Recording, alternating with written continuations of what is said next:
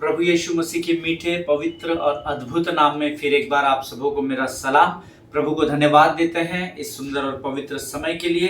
परमेश्वर ने फिर एक बार इस समय को मेरे और आपके जीवन में जोड़ा है प्रियो, और इससे बड़ी आशीष हमारे लिए और कोई नहीं कि इस समय हम परमेश्वर की उपस्थिति में हैं। हालेलुया। प्रियो, परमेश्वर लगातार इन वचनों के द्वारा मुझे और आपको आशीषों में भरता चला जा रहा है, और मेरा पूरा विश्वास है जितने लोग इस विषय को सुन रहे हैं, देख रहे हैं या सीखने का प्रयत्न कर रहे हैं, उन प्रत्येक से परमेश्वर बातचीत कर रहा है। हालेलुया। ये वचन जो हम इन दिनों अपनी पहचान को सीख रहे हैं, अद्भुत गवाहियाँ परमेश्वर के लोगों के द्वारा मुझ तक पहुंचाई जा रही है।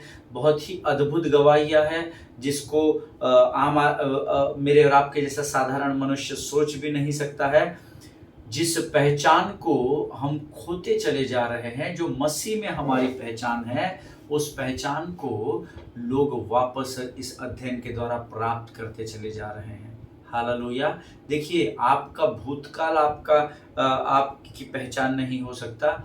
आपके लोग आपके बारे में क्या कह रहे हैं वो आपकी पहचान नहीं है, लेकिन जो परमेश्वर आपके विषय में कहता है, that is your identity. Hallelujah, आमीन।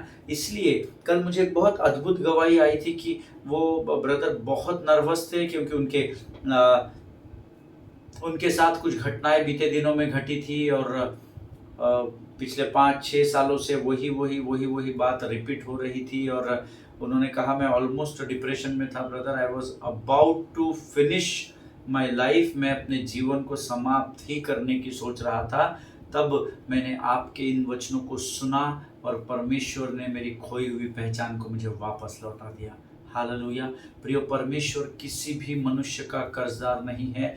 हम नहीं जानते कि ये वचन जो हम रोज बांटते हैं या सुनते हैं, ये किस व्यक्ति को किस स्थान पर काम में आएगा। आमीन।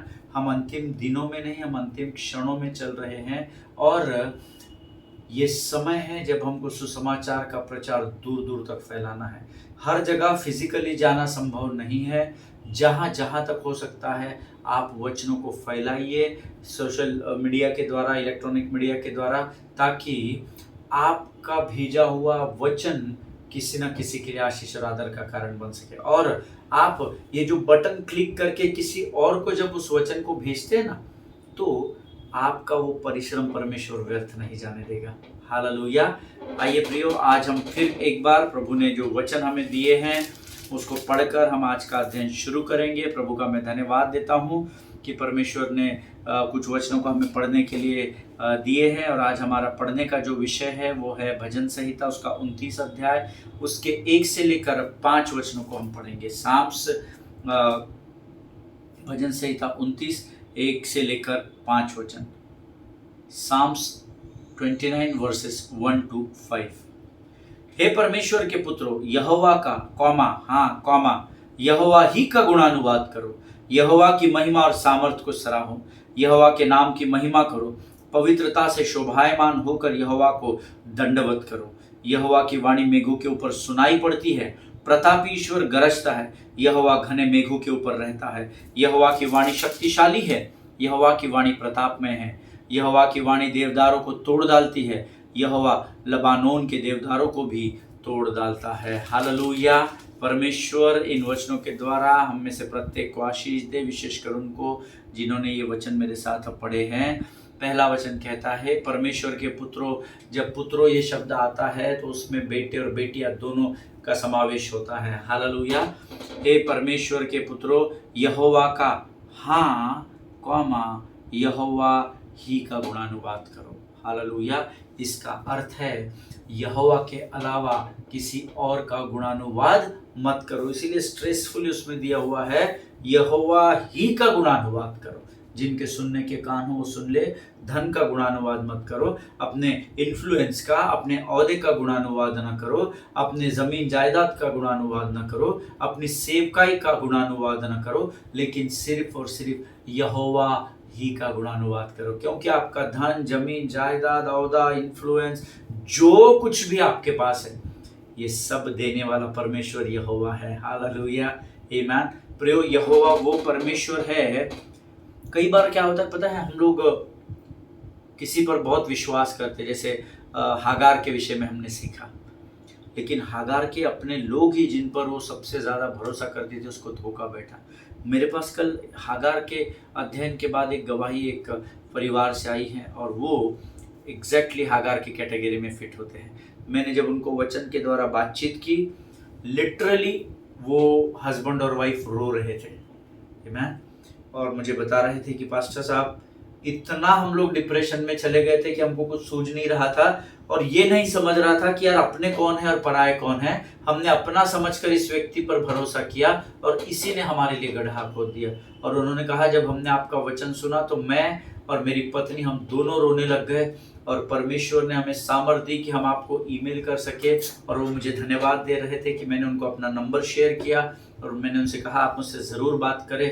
और जब उन्होंने मुझे फ़ोन किया और जब मैं उनके लिए प्रार्थना कर रहा था, जैसे छोटे बच्चे रोते हैं वैसे दोनों पति पत्नी रो रहे थे। आमीन। ऑलवेज रिमेंबर, जो परमेश्वर की महिमा करता है, जो परमेश्वर के वचनों के आधार पर जीवन जीता है, परमेश्वर उसे गिरने नहीं देगा। हालेलुया। आगे वचन कहता है यहोवा की महिमा और सामर्थ को सराहो। यहोवा ऐसा लिखा है, परमेश्वर प्रभु खुदा ऐसा नहीं लिखा है, यहोवा लिखा है। हालेलुया। जो मेरे और आपके पिता का नाम है। यहोवा की महिमा और सामर्थ को सराहो। परमेश्वर अपनी महिमा को किसी के साथ बांटता नहीं है। हालेलुया। यहोवा के नाम की महिमा करो, पवित्रता से शोभायमान होकर यहोवा को दंडवत करो। Worship the Lord in the splendour of holiness, ऐसा वचन में लिखा है। हालेलुया। पवित्रता से शोभायमान होकर यहोवा की महिमा करो, यहोवा को दंडवत करो। आमीन। तीसरा वचन कहता है यहोवा की वाणी मेघों के ऊपर सुनाई पड़ती है, प्रतापी ईश्वर गरजता है, यहोवा घने मेघों के ऊपर रहता है। यहोवा की वाणी मेघों के ऊपर सुनाई पड़ती है। हालेलुया। अर्थात यहोवा की वाणी का अर्थ होता है यहोवा का शब्द, और यहोवा का शब्द अर्थात यहोवा का वचन केवल इस पृथ्वी पर ही नहीं परंतु उस घने मेघों के ऊपर भी परमेश्वर की वाणी कार्य करती है, इसका शब्द काम करता है। इसीलिए तो आज तक सूर्य, चांद और सारे तारामंडल को उसने रोक कर रखा है। हालेलुया।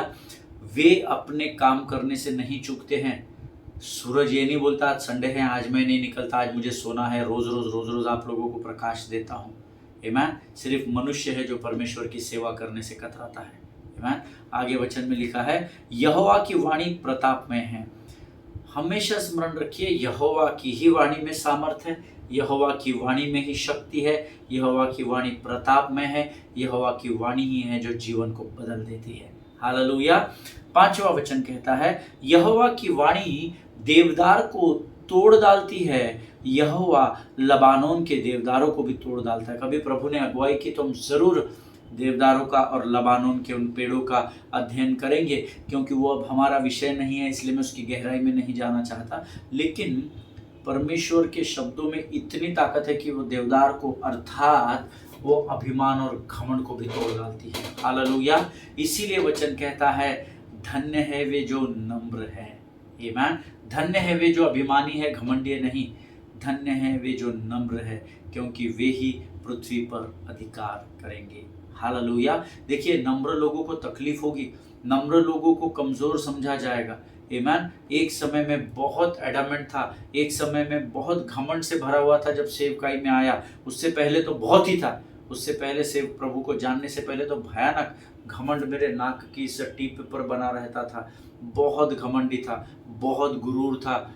जिस बैकग्राउंड से मैं आता हूँ उस बैकग्राउंड को लेकर और जो पावर मेरे पास उस समय हुआ करती थी उस पावर को लेकर बड़ा घमंड था।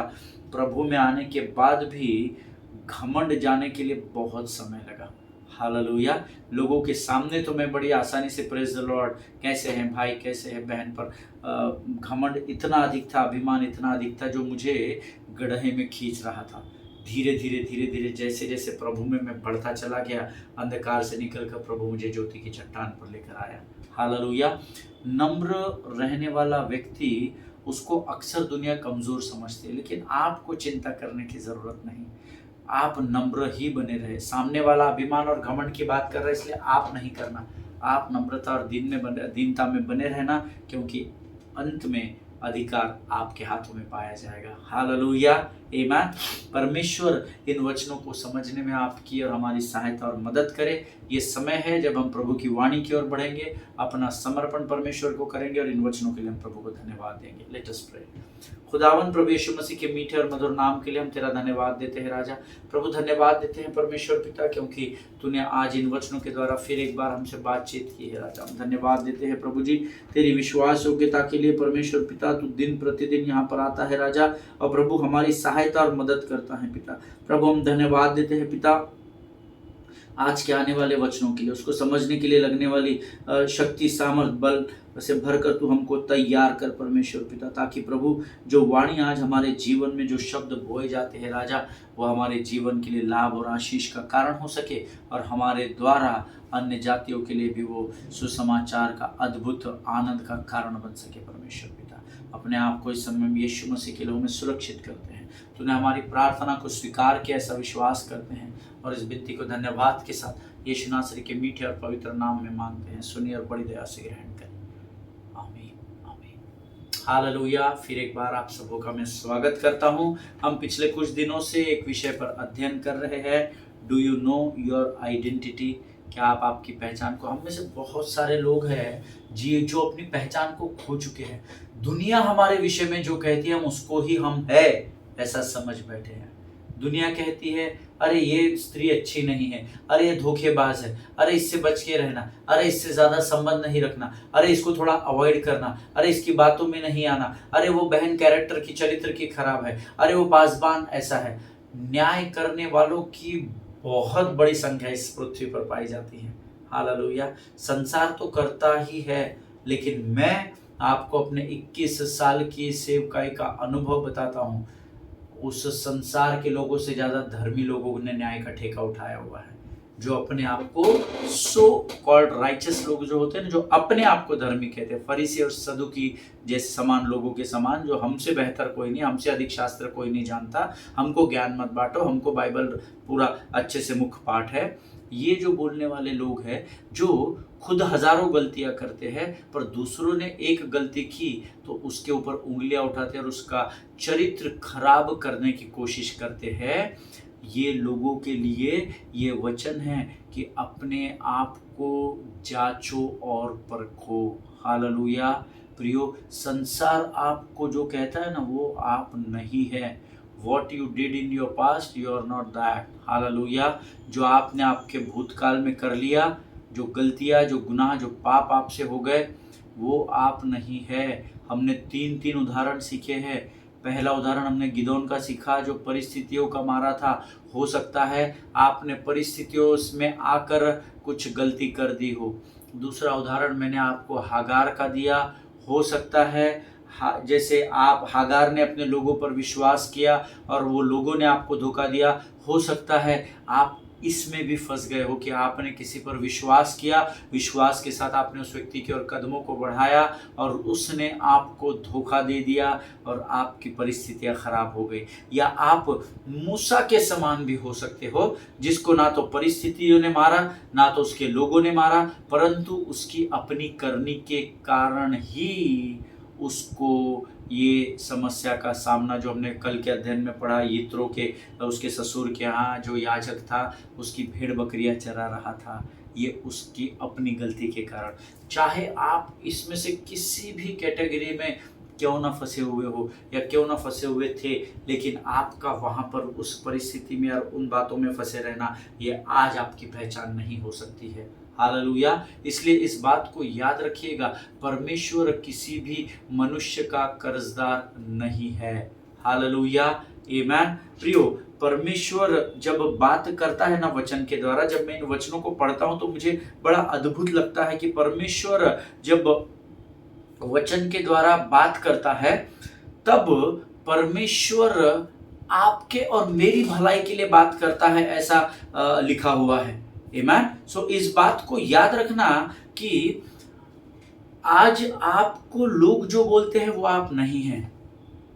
हालेलुया। ये वचन जो मैं पढ़ रहा था, जब आज हम देख रहे थे कि यहोवा की वाणी देवदार को तोड़ डालती है। आप चिंता नहीं करना, आप वो नहीं है जो संसार आपको कह रहा है, उन देवदारों को वो तोड़ डालेगा, परमेश्वर तोड़ डालेगा। परमेश्वर के अंदर उतनी सामर्थ है। हालेलुया। इस बात को याद रखिएगा कि परमेश्वर राजाओं का राजा और सेनाओं का अधिकारी कहलाता है, ऐसा वचन में लिखा है। हालेलुया। सो लोग आपको कमजोर करने का प्रयत्न करेंगे, आपकी गलतियों को आपको बार बार स्मरण दिलाने का प्रयत्न करेंगे, लेकिन वो आपकी पहचान नहीं है। मेरी बात पर यकीन करे और विश्वास रखे। जैसे परमेश्वर के स्वर्गदूत ने गिदौन को दर्शन दिया, जैसे परमेश्वर के स्वर्गदूत ने हागार को दर्शन दिया, जैसे परमेश्वर ने मूसा को दर्शन दिया, विश्वास करे वो मुझे और आपको भी वही दर्शन देगा। हालेलुया। उसने गिदौन से कहा, हे शूरवीर सूरमा, यहोवा तेरे संग रहे। हालेलुया।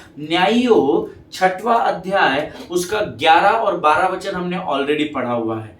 न्यायियों की पुस्तक उसका 6वां अध्याय और उसके 11 और 12 वचन कोई पढ़ दे, या मैं पढ़ूंगा, क्योंकि आप पढ़ेंगे तो मुझे सुनाई नहीं आएगा। न्यायियों की पुस्तक उसका 6वां अध्याय और उसके 11 और 12 वचनों को हम पढ़ेंगे। फिर खुदावंद का फरिश्ता आकर उफरा में बलूत के एक दरख्त के नीचे जो युवास अबी अजरी का था बैठा, और उसका बेटा जिंदा उनमें के एक कोल्हू में गेहूं झाड़ रहा था, ताकि उसको मिद्यानियों से छिपा रखे। और खुदावंद का फरिश्ता उसे दिखाई देकर उससे कहने लगा, अये जबरदस्त सूरमा, खुदावंद तेरे साथ रहे। हालेलुया। आमीन। प्रियो, परमेश्वर जिस गिदौन को उस गुफा में जहां पर वो छिपा हुआ है वहां पर खोज सकता है, तो क्या वो आपको और मुझे नहीं खोज सकता? Hallelujah.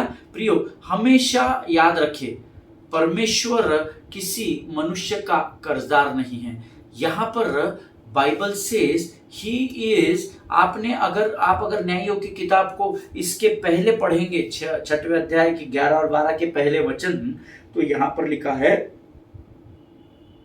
that Gideon is beating out wheat, but he is doing it in a wine press. Hallelujah. यहां पर गिदौन क्या करता हुआ पाया गया? गिदौन दाखरस के कुंड में गेहूं झाड़ रहा था। हालेलुया। आमीन। हमने कई बार ये वचन पढ़ा। मैं अपनी बात बताता हूं, आपके विषय में मुझे नहीं पता, मैंने हजार बार इस वचन को पढ़ा होगा, लेकिन मैंने गहराई में जाकर कभी भी नहीं पढ़ा। लेकिन इस बार जब मैं इस अध्ययन को कर रहा था, प्रभु की आत्मा ने मुझे बार बार इस वचन को पढ़ने के लिए कहा। दाखरस के कुंड में गेहूं झाड़ रहा था, दाखरस के, ताकि मिद्यानियों से बचा रह सके। दाखरस के कुंड में गेहूं झाड़ रहा था। और जब मैं उसको, एक बात मैं आपको बताता हूँ, अगर प्रभु में आपको बढ़ना है तो प्रभु की वाणी का, उसकी आज्ञा का पालन करना सीखिए। आई वॉज कीप ऑन, मैं कंटिन्यूसली पढ़ रहा था, क्योंकि प्रभु ने बोला था पढ़ना, वापस पढ़ लिया प्रभु, वापस पढ़। दाखरस के कुंड में गेहूं झाड़ रहा था। और जब मैं इसको बार बार पढ़ने लगा तो my mind was stuck up at one place, मेरा दिमाग रुक गया एक जगह। दाखरस का कुंड और गेहूं का झाड़ना, दाखरस के कुंड से गेहूं का कोई भी मेल मिलाप नहीं है। हालेलुया। जिनके सुनने के कान हो वो सुन ले। आपके घर पे जब आप, मराठी मध्ये म्हणतात गहू पाखडतात, है ना, वो एक पाखड़ी रहती है, उसके अंदर गेहूं को लेते हैं। हम जब छोटे थे तो हमारी दादी और हमारी दादी को नहीं, हमारी नानी को मैंने देखा, वो गेहूं को एक पतरे पर लेकर उसको ऐसा फट हवा में ऐसा उछालती थी, तो उसमें का जब वो गेहूं नीचे बैठता था तो भूसा उड़ जाता था। गेहूं नीचे हवा से आता था, भूसा हवा में चला जाता था। सो दाखरस के कुंड में हमने कभी गेहूं को झाड़ते हुए नहीं देखा था, बट यहाँ परमेश्वर का वचन कहता है दाखरस के कुंड में गेहूं झाड़ रहा था। हालेलुया। अब यहाँ अपने आप में मैंने एक अजीब सी बात नोटिस की। नंबर 1, दाखरस के जो नोट्स लिखते हैं वो लिख लीजिए। दाखरस के कुंड में दाख को दबाकर उसे दाखरस बनाया जाता है। आमेन। फॉर एग्जाम्पल नए फॉर्मेट में मैं आपको बताता हूँ, ये फॉर्मेट आपको समझ में आएगा क्योंकि आप लोगों ने शायद दाखरस का कुंड देखा नहीं होगा, मैंने देखा क्योंकि मैं इजराइल गया था, लेकिन हम में से बहुत सारे लोगों ने शायद नहीं देखा होगा। दाखरस का कुंड आज के मॉडर्न टेक्नोलॉजी में मिक्सर ग्राइंडर है, ठीक है। मिक्सर में हम लोग मशीन में डालते हैं, उसमें हम लोग एप्पल डालते हैं, बनाना डालते हैं, पाइनएप्पल डालते हैं काट कर, और फिर ढक्कन लगाते हैं, बटन स्टार्ट करते हैं, जुम जुम जुम क्या होता है, वो क्रश किया जाता है, प्रेस किया जाता है, उसको दबाया जाता है, उसको घुमाया जाता है, जिससे जूस निकलना शुरू हो जाता है। हालेलुया। सो एक बात आप याद रखिए, जब आप इस वचन को पढ़ते हैं तो परमेश्वर वचन को इसलिए देता है। ये जब वचन में न्यायियों की पत्री में पढ़ रहा था, 11 और 12 से पहले 8, 9, 10 इन वचनों को आप पढ़ेंगे तो आपको ये पढ़ने मिलेगा। यहाँ पर दाखरस के कुंड में दाख दबाकर उससे दाखरस बनाया जाता है, और गिदोन वहां गेहूं की मड़ाई कर रहा है। हालेलुया। अब गेहूं को अगर वो दबाएगा तो गेहूं क्या हो जाएगा, क्रश हो जाएगा, आमेन। तो गेहूं काम का ही नहीं रहेगा। लेकिन उस दाखरस के कुंड में गेहूं की मड़ाई कर रहा है, नो कनेक्शन। ए और जेड है ना, आकाश और पृथ्वी, इतना बड़ा डिफरेंस मुझे यहाँ पर दिखाई दे रहा था जब मैं इसको पढ़ रहा था। Two completely different environment, completely different. गेहूं ऊंचाई पर झाड़ा जाता है, दाखरस बंद कमरे में, बंद डब्बे में उसको मशीन में उसको किया जाता है। These are two completely different environment. You know why? Because number one, thrashing wheat is always took place on a top of a mountain, you know, or hillside in the open air. ये जो गेहूं का मड़ना होता है ना, या गेहूं का झाड़ना होता है, ये पर्वत की ऊंचाई से हवा में किया जाता है, इसको है ना, इन द ओपन एयर, खुली हवा में गेहूं को झाड़ा जाता है। आप में से अगर कोई फार्मर बैकग्राउंड से होगा तो उसको ये चीज जरूर समझ में आ रही होगी, आमेन। और उसका कारण ये होता है, क्यों उसको ऊंचाई पर ले जाकर झाड़ा जाता है गेहूं को, उसका कारण ये होता है कि जब ऊंचाई पर जाकर या पटक कर जाकर आप गेहूं पटकते हो या फिर झाड़ते हो, उसको ऊपर हवा में लेते हो या उसको पटकते हो, तो उसके अंदर जो यूजलेस न्यूट्रिएंट होते हैं ना, जो किसी काम के नहीं होते, है ना, जिसको शाफ कहा जाता है, CHAFF, जो किसी भी काम का नहीं है, तो वो यूजलेस न्यूट्रिएंट जो होते हैं उसको उस गेहूं से बाहर निकलने को जगह मिल जाती है। क्यों? क्योंकि वो ओपन एयर है। तो जब आप इस गेहूं को ऐसा पटकते हैं तो गेहूं तो इधर ही रह जाएगा, लेकिन उसके अंदर का जो यूजलेस न्यूट्रिएंट या शाप जिसको हम कहते हैं, वो उड़ना शुरू हो जाता है और उसको फैलने को जगह मिलती है, ताकि वो वापस उस गेहूं में जाकर चिपक न जा बैठे। हालेलुया। और उस भूसे को, शाफ को हिंदी में भूसा कहा जाता है, और वचन कहता है उस भूसे को गेहूं से अलग होने के लिए हवा की जरूरत है, इसीलिए उसे ऊंचाई पर लेकर इस क्रिया को या इस कार्य को किया जाता है। हालेलुया। गेहूं को बंद कमरे में नहीं झटकते हैं। इस बंद कमरे में अगर मैं गेहूं को झटकना शुरू करूंगा तो वो भूसा उड़ेगा, हवा से कुछ समय बाद वापस आकर चिपक जाएगा, उड़ेगा वापस कुछ समय आकर, बट जब मैं ऊंचाई पर जाकर खुली हवा में इसको पटकूंगा तो ये हवा में घुल मिल जाएगा और वापस वो आकर उस गेहूं को खराब नहीं करेगा। हालेलुया। लेकिन दाखरस इसके एकदम विपरीत है। दाखरस को आप खुली हवा में कार्य में नहीं ला सकते। दाखरस को कुंड में दबा दबा कर करने का तरीका एकदम अलग होता है। हालेलुया। जिनके सुनने के कान हो वो सुन ले। अब इस दाखरस के कुंड पर वो गेहूं झाड़ रहा है। हालेलुया। सी, दाखरस के प्रोसीजर के लिए they didn't want open air but they needed to be shaded. Hallelujah. दाखरस के कुंड से दाखरस तैयार करने के लिए खुली हवा का इस्तेमाल नहीं होता, लेकिन बंद जगह का इस्तेमाल होता है, और इसीलिए दाखरस की प्रोसीजर को निचले भागों में किया जाता है, गेहूं को झाड़ने का काम ऊंचाई पर किया जाता है। हालेलुया। इस बात को याद रखिएगा। आप में से बहुत सारे लोग इस बात को शायद पहले सीख चुके होंगे, लेकिन प्रभु ने मुझे यह बात आप तक पहुंचाने के लिए कही, इसीलिए मैंने आपको यह बात बताई है। आमीन। हमने कई बार इस वचन को पढ़ा है, गिदोन के विषय में हमने कई बार सीखे, कई बार अलग अलग प्रकाशनों से प्रभु के सेवकों ने हमें आशीषित किया इन वचनों के द्वारा। बट दाखरस के कुंड में गेहूं का झाड़ना ये एकदम ही डिफरेंट एनवायरनमेंट है, दोनों के दोनों। लेकिन परमेश्वर ने इस बार मुझे इस बात को सिखाया, मेरा काम है मैं आपको इस बात को पहुंचाऊं। हालेलुया, आमीन। ये दोनों प्रोसीजर एकदम अलग एनवायरनमेंट में की जाती है। But in case of Gideon, ये गिदोन के केस में इट इज ओवरलैपिंग, ये एक साथ हो रही है, एक दूसरे को ओवरलैप कर रही है ये दोनों बातें। बिकॉज जो गेहूं फटकने का काम है ऊंचे पहाड़ी के ऊपर जाकर करना चाहिए, उसे वह निचले भागों में अर्थात बंद जगह में दाखरस के कुंड में वो कर रहा है। हालेलुया, आमीन।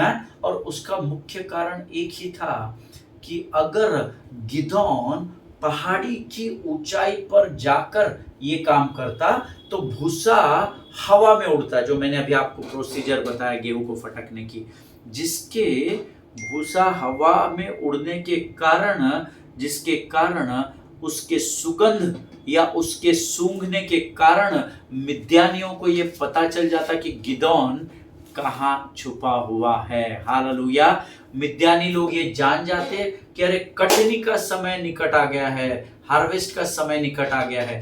गिदोन और इजराइलियों का ठिकाने का पता मिद्यानियों को लग जाता। हालेलुया। इसीलिए वो ऊपर, उसको भी ये प्रोसीजर मालूम रहेगी कि ऊपर जाकर करना है, पर वो ऊपर न जाते हुए निचले भागों में दाखरस के कुंड में उसको फटक रहा था, क्योंकि अगर वो भूसा बाहर उड़ जाता तो उसकी सुगंध से इनका ठिकाना पता चल जाता और पर्व का कटनी का समय करीब आ गया है, इस बात को भी मिद्यानी समझ जाते। हालेलुया।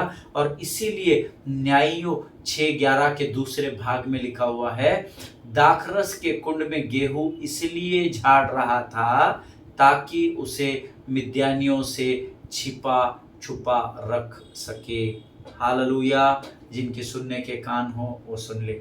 इसीलिए वो दाखरस के कुंड में गेहूं झाड़ रहा था। आमीन। और वचन कहता है गिदोन वहां पर डरा हुआ सा था, सहमा हुआ सा था और अपने आप को मिद्यानियों से छिपा कर इस काम को अंजाम दे रहा था। हालेलुया। वो झटकता चला जा रहा था, गेहूं को झटक रहा है, छिप कर, डर कर, सहम कर कि कहीं अगर मैं खुली हवा में इसको करूं तो मैं और मेरे लोग मारे न जाए। Hallelujah. And in this condition where he is trying not to be found by anybody, by anyone, यहां पर छिपकर वो ये कोशिश कर रहा है कि मैं किसी को भी ना दिखूं, मैं किसी के भी हाथ में ना लगूं। Bible says the angel of the Lord comes and finds him. Hallelujah. वहां पर परमेश्वर का स्वर्गदूत आया और उसने उसको खोज लिया। जहां पर वो डरा सहमा सा छुप कर बैठा था कि मैं किसी की नजर में ना आ जाऊं, वहां पर उस स्थान में भी परमेश्वर के स्वर्गदूत ने उसको खोज लिया। हालेलुया। अगर परमेश्वर के स्वर्गदूत ने उस परिस्थिति के मारे गिदोन को उस निचले स्थानों में जाकर खोज लिया, तो क्या आज आपको और मुझे वो खोज नहीं सकता? क्या आज आकर वो मुझे आकर आपको आकर अपनी पहचान को नहीं दिखा सकता? उसने वहां पर उसको खोजा और कहा, ऐ शूरवीर सूरमा, यहोवा तेरे संग है। हालेलुया, आमीन। प्रियो, परमेश्वर का वचन मधु से भी मीठा है, ऐसा वचन में लिखा है। हालेलुया। आप जब इसको समझते हैं और इसको समझकर इसको जब ग्रहण करते हैं ना, तो वो आपके लिए जीवन का स्रोत बन जाता है। हालेलुया। यकीन जानिए, परमेश्वर इन वचनों के द्वारा हमें अद्भुत बातों को सिखा रहा है। मुझे नहीं पता आप कितनी बातों को स्वीकार कर रहे हैं। हालेलुया। लेकिन इन वचनों की गहराई को जब आप पकड़ लेंगे ना, इसकी जड़ को पकड़ लेंगे ना, तो फिर आपको फल की चिंता नहीं रहेगी। क्यों? क्योंकि ये अंजीर का पेड़ नहीं है, ये परमेश्वर का जीवित वचन है। जो इसकी जड़ों को पकड़ लेगा वो फलदायी वृक्ष के नहीं खड़ा हो जाएगा। हालेलुया। जो केवल फल ही नहीं देगा पर समय आने पर लोगों को छाया भी देगा। आमीन। परमेश्वर इन वचनों के द्वारा आपको बड़ी बरकत, बड़ी आशीष दे। प्रभु का धन्यवाद दे प्रियो। इन अद्भुत बातों को परमेश्वर ने आज हमारे जीवन में प्रकट किया है और इन्हीं बातों के लिए क्यों ना इस समय हम परमेश्वर को धन्यवाद दें। आइए हम प्रार्थना करें। खुदावंद प्रभु यीशु मसीह के मीठे और मधुर नाम के लिए हम तेरा धन्यवाद देते राजा, तेरी स्तुति करते हैं, प्रशंसा करते हैं। अद्भुत प्रकाशन को तूने हमें दिया राजा, धन्यवाद देते हैं। तेरे लिए कोई बात असंभव नहीं राजा। प्रभु जी तू फिर एक बार हमको अपनी पहचान को दे रहा है, हम तुझे धन्यवाद देते हैं। मसीह में हम कौन है ये तू हमें सिखा रहा है, हम तेरा धन्यवाद देते हैं राजा। हम में से कई लोग हैं जो गिदौन के समान परिस्थितियों के मारे हैं, हागार के समान प्रभु अपने ही लोगों के विश्वास के घात के कारण हम लोग फंसे हुए हैं, या कई लोग ऐसे हैं प्रभु जो अपनी ही गलती, अपने पाप और गुनाहों के कारण अपनी परिस्थितियों में फंसे हुए हैं। लेकिन प्रभु तूने इन सबों को तेरे स्वर्गदूत के द्वारा दर्शन दिया और उनकी पहचान को उनको बताया राजा। आज हम विश्वास करते हैं तू भी हमारी परिस्थितियों में आकर, हम जिस भी स्थिति में है राजा, तू आकर हमें दर्शन दे राजा। जितनों ने सुना उन्हें आशीष दे प्रभु जी। सारी बातों में महिमा तुझको देते हैं, अपने आप को यीशु के लहू में सुरक्षित करते हैं और इस विनती को धन्यवाद और पूरे विश्वास के साथ हमारे उद्धारकर्ता जीवित परमेश्वर यीशु नासरी के मीठे और पवित्र नाम में मांगते हैं। सुन और बड़ी दया से ग्रहण कर। आमीन आमीन। हालेलुया। परमेश्वर आप सबों को बड़ी बरकत, बड़ी आशीष दे। इजराइल के लिए प्रार्थना करते रहें, अपने भारत देश के लिए प्रार्थना करें, अपने पासबानों के लिए, उनके परिवारों के लिए प्रार्थना करें। और परमेश्वर कुछ लोगों के हृदय में आपके बारे में, विषय में कुछ बातें डालता है जो आप पर विश्वास करके आपको प्रार्थना की विनतियां भेजते हैं। उनकी प्रार्थनाओं को जरूर करें। हालेलुया। हम कल एक बार फिर मिलेंगे, तब तक स्वस्थ रहें, सुरक्षित रहें। सभी को जय मसीह की। God bless you all.